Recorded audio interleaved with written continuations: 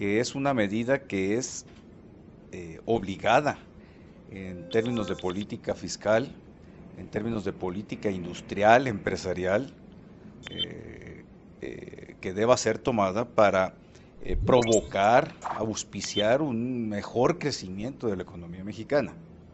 El IETU ha demostrado ser un impuesto depredador de las finanzas de las empresas mexicanas y que como tal carece de sentido mantenerlo. Se le ha calificado de contracíclico en la medida que provoca un efecto contrario a lo que es el deseable en el contexto de una economía reprimida, no de una economía que necesita apoyos para fomentar su crecimiento. Por el otro lado, ya visto en términos de hacienda pública, la eliminación traería un reto mayúsculo. Y me quiero referir específicamente al hecho de que durante varios años la recuperación del IETU que se establece en la ley de la materia en favor de las empresas se ha venido eliminando, se ha restringido cada año en virtud de una disposición de carácter anual publicado en la Ley de Ingresos de la Federación. ¿En qué consiste la maniobra? Por un lado, la ley del IETU establece que los contribuyentes, las empresas, tendrán el derecho de recuperar el IETU que han pagado, sobre todo recuperarlo en ejercicios posteriores. Sin embargo, esa promesa, esa disposición que se contiene ahí por parte del legislador, se ha restringido por el propio Congreso de la Unión cada año, como mencioné, a través de la Ley de Ingresos, en la medida que se dice que ese acreditamiento, esa recuperación del IETU se suspende, no se podrá hacer en ese año, lo que implica que se difiere para un momento posterior. Así se ha venido acumulando de año en año, ya son varios ejercicios fiscales en los que esto se ha presentado, y de darse la eliminación del IETU, la gran pregunta es qué se va a hacer con los saldos acumulados por las empresas como IETU que tienen derecho a recuperar. La pregunta obligada que seguramente me harás es ¿y de qué montos estamos hablando? Todavía hasta hace poco tiempo las cifras oficiales de las autoridades hacendarias manejaban alrededor de 220,000 millones de pesos. Esto podrá haber sido hace unos 10 meses, un año. Si ponemos la cifra en 250,000 millones de pesos, no estaríamos exagerando la cifra.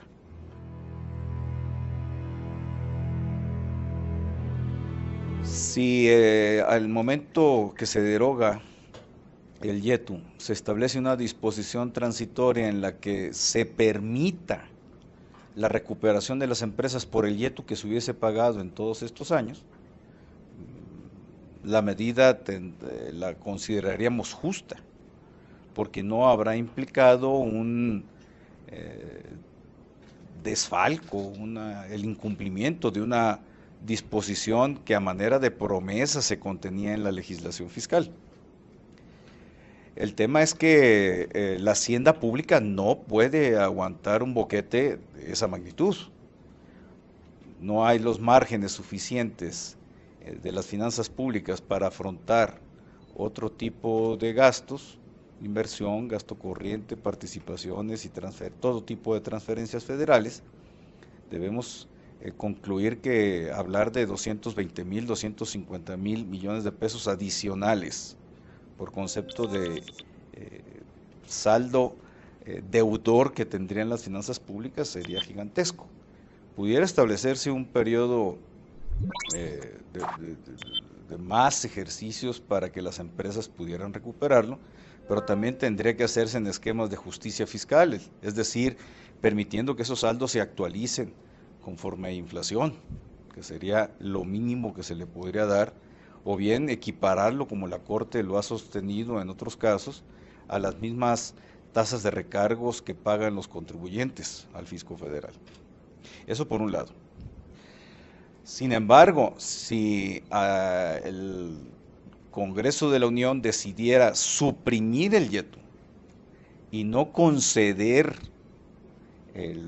no respetar ese acreditamiento, esa recuperación del YETU que existía en ejercicios anteriores, pues traicionaría a los contribuyentes e incumpliría una promesa dada. La promesa debemos de entenderla en el sentido legal. Esa recuperación está en la ley del YETU ahorita, ha estado durante varios años. De hecho, ha estado desde que el YETU entró en vigor. No es fácil pensar que se puede eliminar de un plumazo desconociendo que existe ese saldo. Si se hace, olvidémonos de que ha resuelto la Corte en otros casos como el impuesto al activo. Es un tema de justicia fiscal, sería algo de suyo injusto. Ya el YETU por sí mismo ha destruido la planta productiva y el sector empresarial de México como para darle este mazazo final. Tiene que considerarse que el YETU, en la parte que estamos tratando, tiene que obsequiar el respeto de esa promesa dada por el legislador y no incumplirla de un plumazo. Es un tema fuerte de política fiscal, sin duda.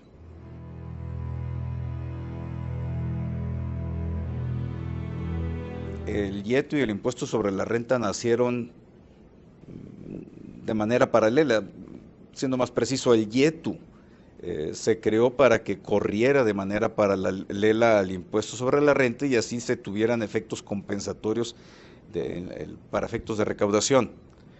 Pero si ese efecto compensatorio se afectó con la eliminación del acreditamiento, de la recuperación, se produjo un desbalance, que él fue, sin lugar a dudas, el que ha descapitalizado a buena parte de las empresas del país. Y si no, veamos a fin de mes cómo hay una cadena subsecuente de pagos inmediatos de todas las empresas en aras de evitar el pago del YETU, que implicaría una sangría impresionante a cada una de ellas.